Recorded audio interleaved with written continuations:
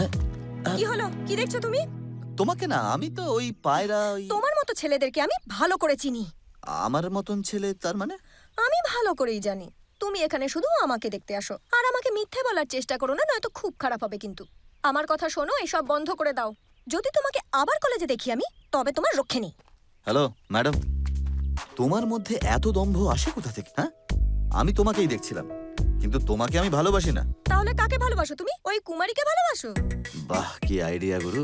কুমারীর কথা বললে ওর দম্ভ একেবারে শেষ হয়ে যাবে। তুমি একদম ঠিক বলেছ।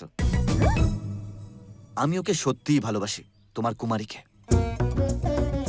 তোমার মতো মেয়েকে তো ফালতু ছেলেরাই বিয়ে করবে, কিন্তু আমি বিয়ে করলে কুমারীর মতো মেয়েকেই বিয়ে করব, যারা সব কাজ করতে পারে। সেজন্যই তো আমি তোমাকে দিয়ে নিজের পেন্টিং আঁকিয়েছি আর তোমার আশেপাশে ঘুরঘুর করেছি, কারণ আমি কুমারীকে ভালোবাসি। অনেক হয়েছে। কুমারী কুমারী কুমারী,